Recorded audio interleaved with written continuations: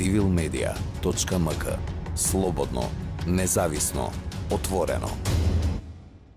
Pyetjen nga Civil Media është në dy gjuhë. Pyetja besoj që duhet tjetë edhe përgjigjenja në dy gjuhë. Дали во целост се согласувате со сите мерки за спречување на ширењето на COVID-19 кои се донесени од владата, МВР и Министерството за здравство? И какви мерки вие би поставиле доколку тие одлуки би биле во ваша надлежност?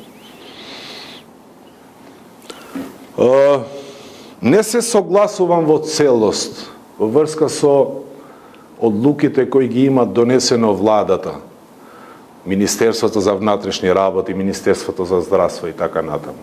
Него сме запазиле во овој период да не излеземе да играме политика како опозиција, него да даваме можност и да гледаме до каде овие мерки ќе придонесуваат за подобрување на состојбата. За жал, Македонија денеска имат најголем број на смртеност на милион жители од сите други држави во регионот, нели?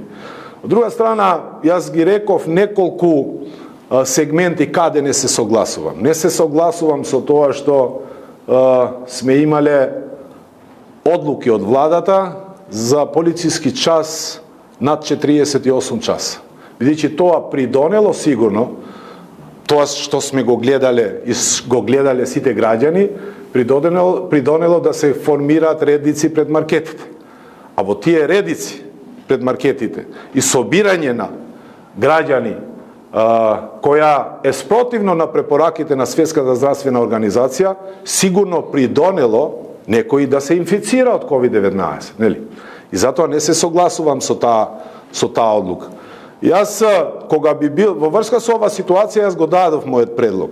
Значи, граѓаните треба да имат време за да можат да излезат, да ги прибават потребните работи кои им се потребни, храна и така натаму, а од друга страна и треба да имат полициски час, затоа дадовме предлог од 19 до 5 сабајле.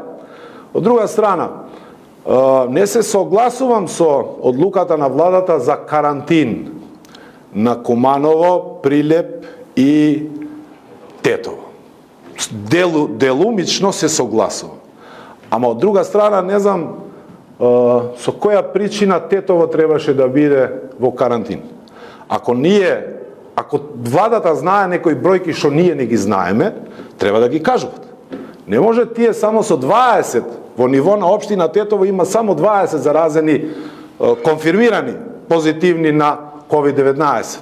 И не може само со 20 да влезе во карантин Тетово и од друга страна тоа што се налага во мерките, граѓаните се принудни да носат маски. Во ред, тоа е една од механизмите како да се заштитуваат, ама државата треба да им обезбеди маски на граѓаните. Не само во Тетово, Куманово и Прилеп, него да им обезбеди маски на сите граѓани во целава територија. Од друга страна,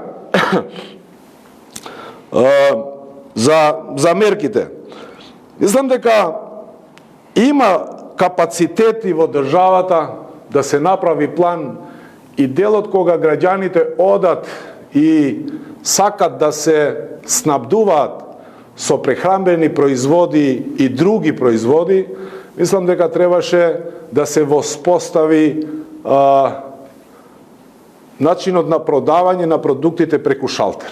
Граѓаните треба да одат со листа пред маркетите и мислам дека нема потреба тие да влегуваат внатре, него вработените кои се од внатре треба да ги донесат продуктите и на таков начин уште помалку ќе имат комуникација помеѓу граѓаните.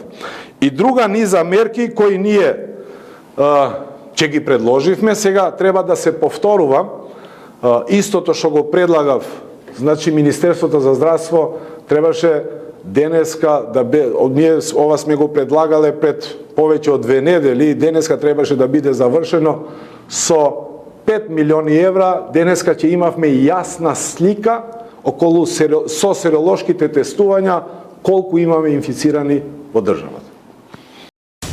civilmedia.mk. Слободно, независно, отворено.